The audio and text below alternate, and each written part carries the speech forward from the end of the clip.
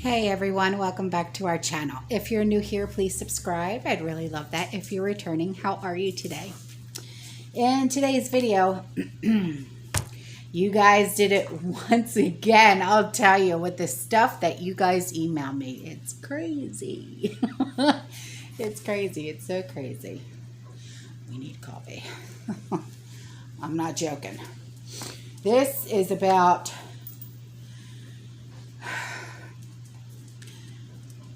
it's called Doug Casey on the shocking 2025 Deagle forecast, war, depopulation reduction, and the collapse of the West. Get your coffee, kids. This is going to be a long one. Anyway, I hope everyone's day was awesome. Mine, we're just getting started. Lord help me.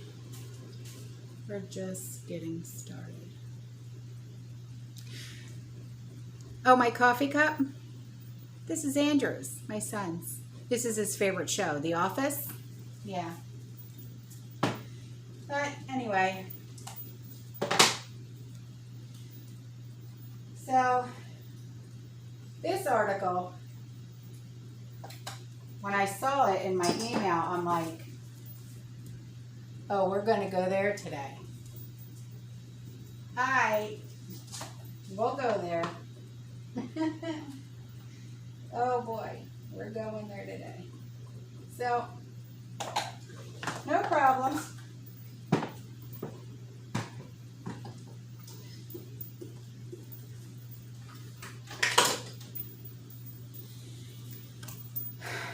So, as that's growing,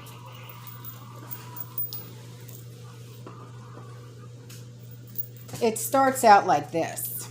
International Man Deagle is a private online source for the military capabilities of the world's nation states. It recently released a shocking 5-year forecast. The report analyzes countries by projected population size, GDP, defense budget, and more.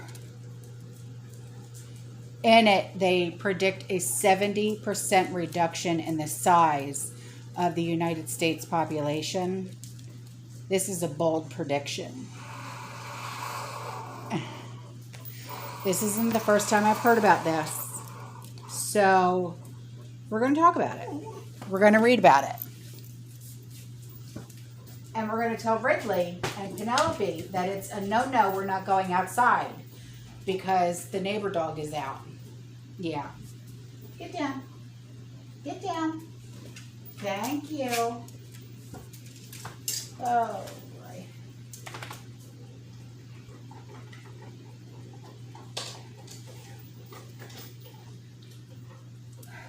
So, yeah, like I said, this is not the first time I'm hearing about this. Actually, a subscriber, one of you, had actually text messaged me about this. So, here we go. Where this will lead, I don't know. 2025? Kids, that's only 4 years away.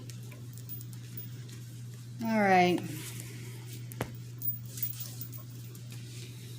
Let's go. Doug Casey.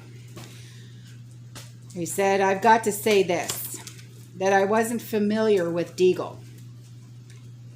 It keeps a low profile. Deagle is in the same business as Jane's, which has been in the business of analyzing weapons systems for many decades. A look at the Deagle website, which is quite sophisticated, makes it clear we're not dealing with some blogger concocting outrageous clickbait, which I myself can't stand, okay? So it seems to be well connected with defense contractors and government agencies like the CIA. Oh, meh. Like I said, you're going to need coffee and possibly even chocolate for this one because Lord help us. They've predicted that about 70% of the U.S. population and about the same percentage in Europe is going to disappear by 2025. Okay, so in 4 years. 4 years? It's hard to believe that anybody in their position would make a forecast like that. Yeah, you think? I mean, who in their right mind would say, in 4 years, all of y'all are going to go bye-bye? In 4 years?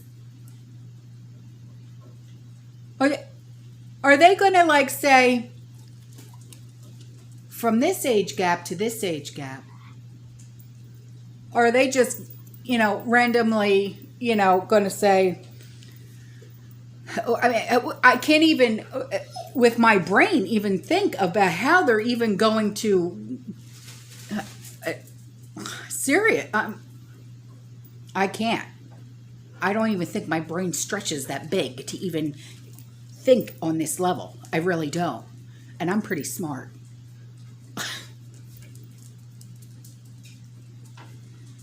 There's no logical business reason for it, especially since it was done before the Rona hysteria gripped the world. It stretches a reader's credulity. Word. Could it possibly happen? It would be the biggest thing in world history.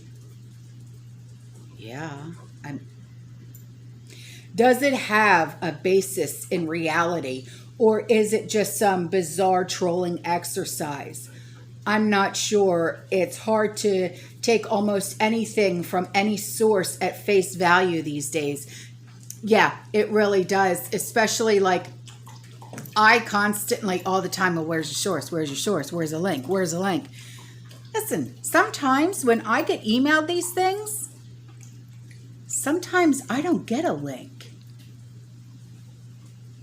Sometimes my link, not for nothing, is that. But I'll shut up now. Okay? There's not always a link. Sometimes I can't reveal who my resources are because they asked me not to. And out of respect, I don't. Moving on.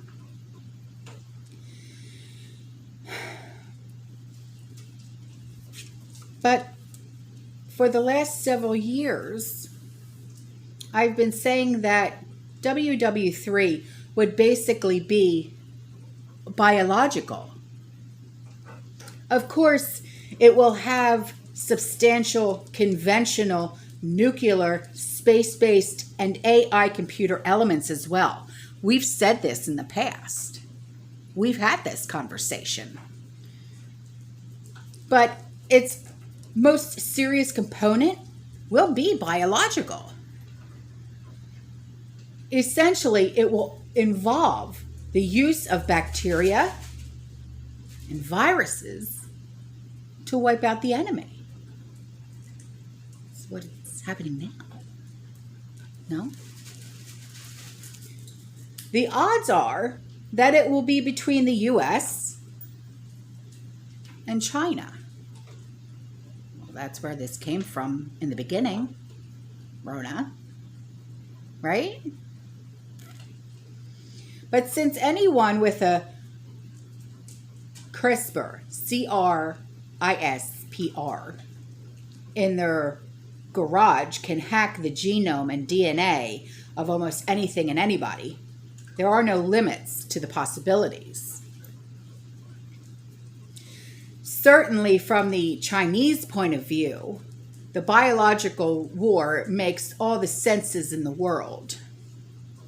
That's because the Han Chinese share a lot of genetic similarities.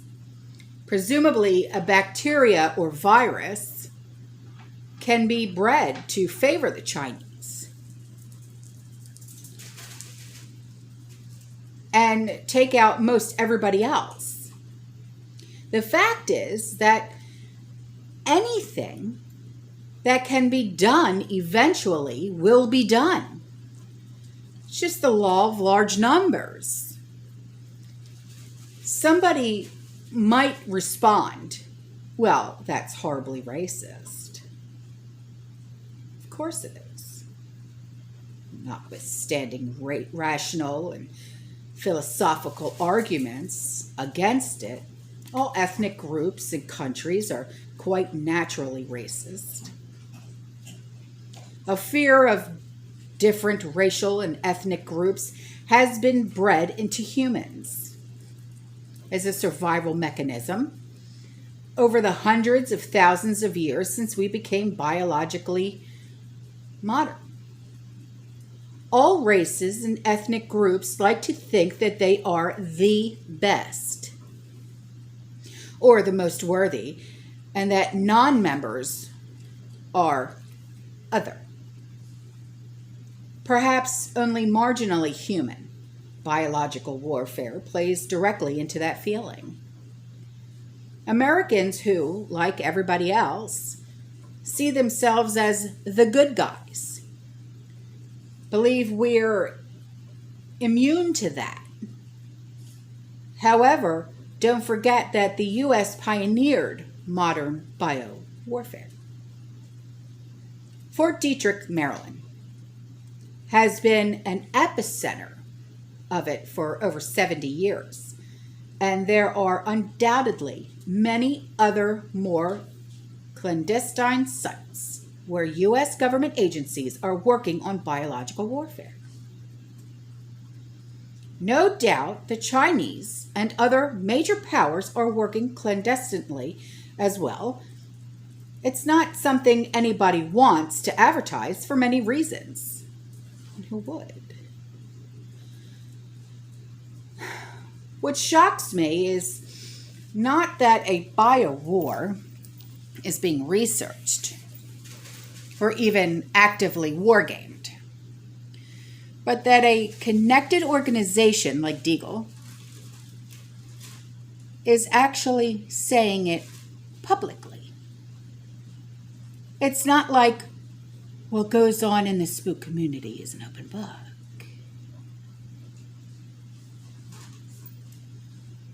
Deagle, now if you want to look this up, it's D-E-A-G-E-L, okay? Because I know a lot of you like to look things up that I'm talking about. So Deagle doesn't explicitly say what exactly will cause the great die-off. But there are many advantages to biological warfare over other types of warfare. So it will probably be featured. It's probably inevitable now that the technology has made it practical. What are the advantages of a biowar? What might wargaming generals like about it? First, it doesn't destroy material. That's a huge plus. After all, what's the point of conquering a country if all you have to show for it is a smoking radioactive ruin? That's the major advantage of a neutron bomb. Of course, it kills the people, but limits damage to buildings. Bioweapons essentially make atomic weapons obsolete. Second, bioweapons can be structured to attack only certain racial groups. That's potentially either a big advantage or disadvantage to China. The diverse population of the U.S. could also be either an advantage or a disadvantage, depending on who strikes first. But on the bright side, You can perhaps immunize your own population, or at least the military and essential workers, to control the damage. Third, bioweapons are very cheap and easy to fabricate. Anyone with access to a good high school chemistry lab is in business. That's scary. There's no need for expensive and tricky U-235 or, for that matter, any of the junk toys the Pentagon spends hundreds of billions of dollars on.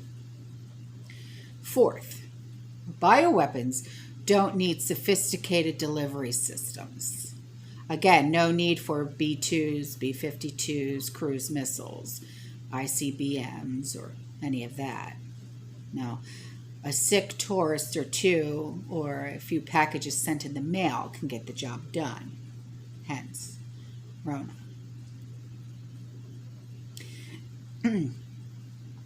Fifth, bioweapons, whether they're viruses or bacteria, not only offer plausible deniability, but the potential to blame a third party. You can launch an attack, and nobody can really be sure who did it, or even that an attack is, in fact, being launched. Makes you think. There's every advantage to biological warfare from an aggressor's point of view. And the aggressor doesn't even have to be a nation state, which is, of course, another excuse for governments to further clamp down on their populations, as Rona has shown them. Guns are good self-defense weapons, and governments are trying to eliminate them. Basement biowar labs are strictly offensive. Imagine the bureaucratic enforcement possibilities. In addition, Deagle included a lengthy disclaimer which states, after Rona, we can draw two major conclusions. One, the Western world's success model has been built over societies with no resilience that can barely withstand any hardship, even a low-intensity one. It was assumed, but we got the full confirmation beyond any doubt. Two, the Rona crisis will be used to extend the life of this dying economic system through the so-called Great Reset. So-called.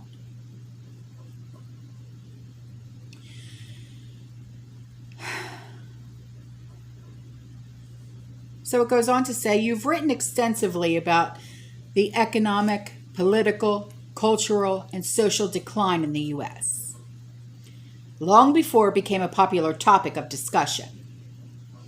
Has anything changed the perspective on the future of the U.S.? And he responds, this Doug Casey. And he says, no, I'm afraid the election of actual Bolsheviks in 2020, oops, and I don't use that term lightly, he says, has sealed its fate. Not to mention that the nomenclatura, Nomenclatura, in most major cities and states are cut from the same cloth. In point of fact, the U.S. is on such a self-destructive path that the Chinese don't have to do anything in order to win. All they need to do is lay back and be quiet. The West is destroying itself. I think we've had this discussion. As far as the Rona crisis, it impresses me as 80% hysteria, a bad flu season that has been blown out of proportion It's well known insofar as anything can be known, considering the abysmal quality of reporting and the extreme politicization of the issue, that Rona mainly affects the elderly, the sick, and the obese. The average age of descendants is 80.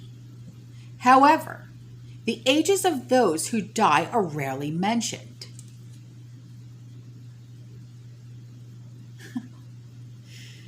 The media reports the number of COVID cases constantly, and that's as meaningless as counting who gets the common cold. Right on. Anyway, aren't all those who get infected become immune? A virus like the Hong Kong flu, the Asian flu, the bird flu, and the swine flu goes viral, then goes away. Even the Spanish flu, which was actually serious, came and went without destroying the economy. Nonetheless, the public has been so terrorized that they're panicking to take potentially dangerous experimental injections, even though there are numerous cheap drugs that can mitigate the virus after diagnosis. They were never even prescribed. The opinions of physicians and world-class scientists who differ with Fauci, an overpaid lifelong government employee, are actively suppressed. However, this is a whole different subject. There is one thing I question about Deagle's statement that you quoted. The Rona crisis will be used to extend the life of this dying economic system through something called the Great Reset. And even I'm sitting here questioning that myself. How many times have we spoken on this?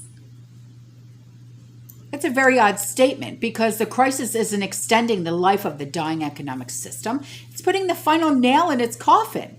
It would be nice to hear how they figured that out, as Rona seems to be medically vastly overblown.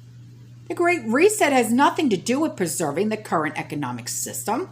It's about formalizing a new one.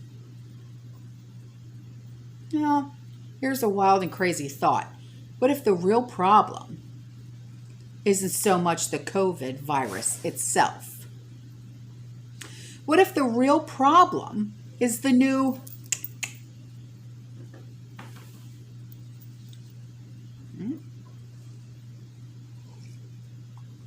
What if, after X number of months or years, they turn out to have very deadly effects? We've seen this already. This should not be any kind of a shock to you. What if 5 years down the road, you see commercials on the TV that say, if you took this or if you took that, you may be entitled to a lawsuit and settlement? Think. There's a reason new drugs are tested over a period of years, which is far from the case here. Ted Turner, Billy Boy, and numerous others who think they're elite have long said that the Earth's population ought to be reduced radically, perhaps by 80%. They want it by 80. Oh, Billy Boy. Gotta love him. Is it too shocking to believe that some group would take advantage of this to cull the human population? It's something that would be hard to believe, even in a science fiction novel. This isn't science fiction, this is real. But it now appears to be technically feasible.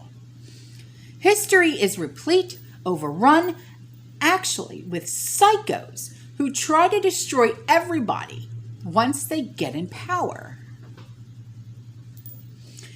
In point of fact, science fiction is a much better predictor of the future than any think tank has ever been. So maybe there's a Dr. Evil at large, sitting there with his kitty cat,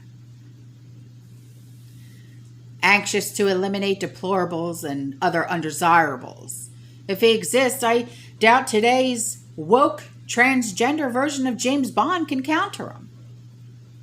Who knows where this is going? But it's the wrong direction, and the trend is still accelerating. So the disclaimer in the Deagle report goes on to say, the collapse of the Western financial system and ultimately the Western civilization has been the major driver in the forecast, along with the confluence of crisis with a devastating outcome, as Rona has proven Western societies embracing multiculturalism and extreme liberalism are unable to deal with any real hardship. Imagine, seriously, think about this. Imagine the younger generation, younger than us, 20s, teens, going 2 seconds without their iPhone, their tablet, their Xbox, their PlayStation, or whatever the hell it is that they play with now. Imagine 2 seconds. They'd lose their shit, and you know it. Is the Western civilization seeing a confluence of crisis coming together in a perfect storm? Well, this Doug Casey responds and says, that's a very good point. It seems like everything is starting to happen at once at a hyperbolically accelerating rate. While the worlds of science and technology are approaching, the worlds of politics and sociology are approaching a dystopian anti-singularity. Let's briefly look at the financial, economic, social, and political aspects of the potential collapse. We're absolutely en route to a gigantic financial crisis. We've known this. We see it. How many stimulus could they possibly give out? It's killing our economy. It's killing it. Featuring the destruction of the US dollar. We've spoken about this. And with it, the savings of a large percentage of the planet's people will be impoverished because their savings are in dollars. Much of the value people thought they had in stocks, bonds, real estate, pensions, and insurance could disappear. And it will. We've spoken about this. That's bad enough, but what's worse are the economic consequences. We're likely to see wholesale unemployment, a collapse of business activity, and corporate bankruptcies, even while taxes go up radically. I'm increasingly of the opinion there will be a crack-up boom along the way. However, we might be entering that as we speak. What's even worse are the social ramifications, such as critical race theory, which emphasizes the difference between race groups, creating actual race hatred. One consequence of the financial and economic upsets will be riots like those of 2020, the mass migration of people from alien cultures who don't share Western values into the U.S. and Europe by destabilizing. The U.S. has, in fact, become multicultural domestic empire. The political consequences are evident. The Biden people in Washington, D.C. are exactly the same personality types who took over Russia in 1917 or France in 1789. They aren't going to let go of the apparatus of power now that they've got. They will find a way to reinstall themselves in 2024. Well, what about the military?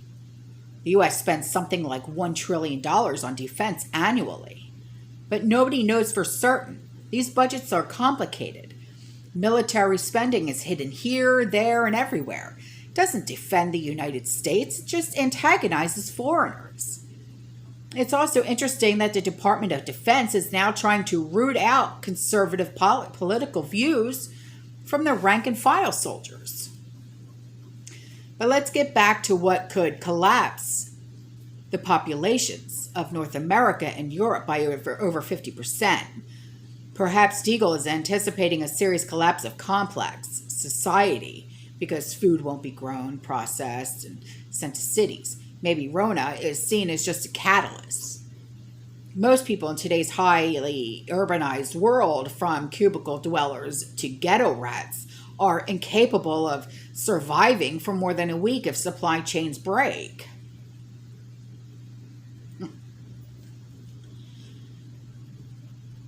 So, the report also discusses a prediction regarding a potential war that involves Russia and China against the U.S., all right?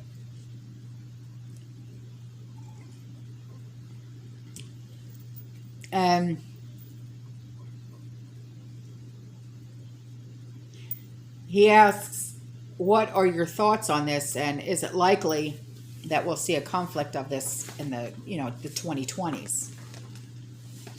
And Doug Casey responds, as I said earlier, a war, at least with China, seems inevitable. It will likely be fomented by the U.S. because as the economy goes bad, governments always look for somebody else, an outsider, to blame. Well, yeah. At this point, and I recognize this will outrage a lot of people, like nationalists, okay? The U.S. government is actually the most dangerous force on the face of the planet. Much more dangerous than the Chinese, the Russians, or anybody else. Why? The U.S. government is unique in actively and aggressively looking for trouble absolutely everywhere. Sticking its nose into everything. I've said this. Only the U.S. has troops in 100 other countries and is fighting hot wars in several more. It's said, for instance, that the Russians are aggressors because they may retake the Crimea and the Donbass region. Most Americans who can't even find the places on the map are unaware that Crimea had been part of Russia since it was taken from the Ottomans in the 18th century and is mostly populated by ethnic Russians. Nikita Khrushchev arbitrarily transferred it from the Russian SSR to the Ukrainian SSR in 1954 for personal political reasons shortly after Stalin's death. The current problem started only after the U.S. fomented a coup. It's terrible, I'm sorry. A so-called color revolution in Ukraine in 2014. And it then made sense for Putin to retake it. Much like the U.S. tried to overthrow Castro after he ousted Batista. In any event, it's a problem between Russia and Ukraine and none of our business, which I said this. I think a lot of us said this. It's none of our business. We have no business putting our nose into someone else's foreign affairs. None. The Biden regime, their words, not mine, is in somewhat analogous to Russia threatening war over the U.S. owning Puerto Rico. We don't need a serious war with Russia over nothing. We don't. Taiwan is similar. Historically, it's just a secessionist Chinese province, or not. Perhaps it's a government in exile, but no matter, these are meaningless legalisms. Frankly, I'm on the side of Taiwan, but it's none of our business whether we go to war with each other. U.S. government intervention could easily start a conflict with China. So stupid. Stay the hell out of their shit. Stay out. It might end with the sinking of a couple of U.S. carrier ships, or it might evolve into a WW3. Either way, stay out. Do you really want just a couple of carrier ships sunk? Why? That's more of our sons and daughters and husbands and wives killed for no friggin' reason. Stay the hell out. How many times do we have to tell you? Keep your nose out of foreign affairs that you don't belong in. But why would this administration listen to Americans? No. And of course, we're still in Afghanistan, because why would we ever pull out of there? Central Asia and the Middle East, plus Africa and God knows where else. The U.S. is unnecessarily and stupidly whacking hornet's nest everywhere in the world, bankrupting itself and making enemies, setting the stage for something really significant. So, that was this. This was sent to me, and I'm happy that it was. And I will leave the link in the description box below.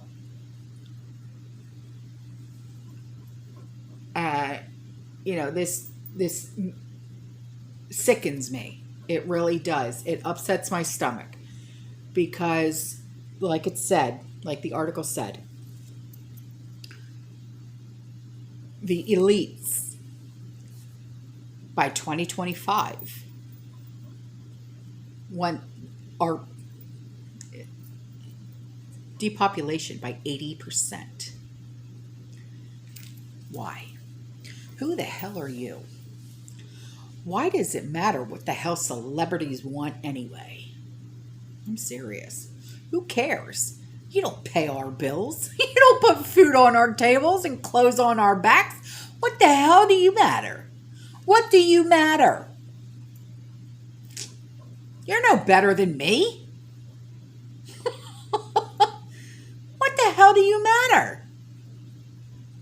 Why? Because you star in major films? Because you have an Emmy or an Oscar or a Tony? So what? I'm serious. So what? You know what I did when I was little? Up until I was like 15? My mother and father had me in beauty pageants. I've got a lot of trophies too. Doesn't mean I'm any better than anybody else. Okay? So sit down and shut up, celebrity. Because I'm tired of hearing your voice. Especially you, Billy boy. So, that's all for this video. I love you. I'll see you in the next one. Stay safe. Stay positive. Keep prepping. Because us preppers and homesteaders, we're going to be the ones that are still going to be around after 2025. I'm going to make sure of it. Come get me. I'll see you later. Fearless. Bye.